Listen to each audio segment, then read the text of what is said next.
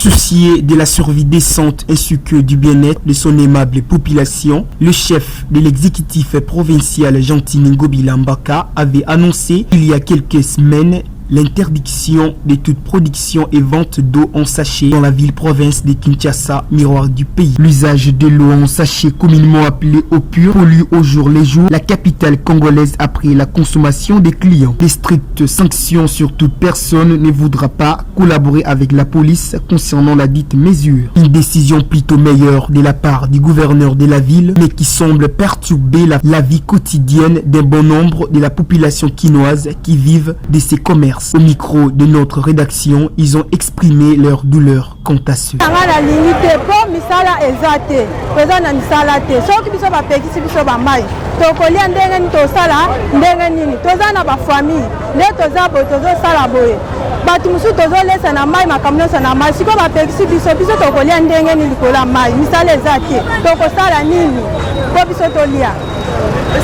Nana le bibo chef al que la biso misala lokola pekisi biso misala mai al que la biso acha biso na misala poto sala misala esunga mapota na biso nde toza boye ko misala mtu tokosa tomona biso te otokosi la mbongo ko biso bata mai toliaka de telle façon vi eza pasi tokolia ndenge nini al que la biso misala poto sala. Cette décision semble toucher non seulement les producteurs et vendeurs mais aussi les consommateurs et parmi eux n'a pas caché sa langue. Nous demandons inondation na weza pona chasseté. Ce qui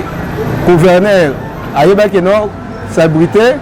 ou salité na chassa eza cause ya ba chasser à cause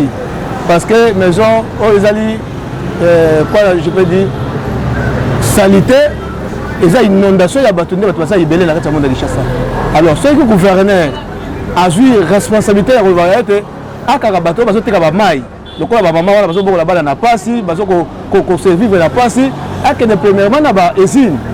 nde bato sa ba chasser atiki ba usine o sa ba chasser akene konokola ba mama bato bazo ba pauvre maman ba jeune bazo débrouiller na motoki ko luka misala na Congo ezate tozo konyokwama tala na niveau toza abo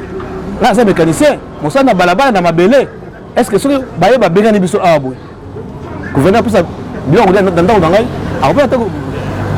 chef na bato oyo bazoteka mai na nzela gouverneur bazonyokwama soki baye bazoteka mai na nzela baza konyokwama alors soki oza papa j'espère bien que oza bana na ndako j'espère bien oza bana na ndako yo quand même osala mwa possibilité bana bazotanga mais bandeko wana ya des fois bawuti bamboka bazolwa mpona kolesa bambota na bango ya des fois basapi boye bamama baza pauvre papa akufa ya des fois mama akufa somokola bandeko na ye alors soki okangi bango bata susu mai te baokende wapi. Voilà message na ngai en tant que mwana ya Congo, en tant que papa ya Congo, na sisenge pona soki okozwa mesure mususu pour bandeko wana, mais kata okanga bango, pardon, excellence,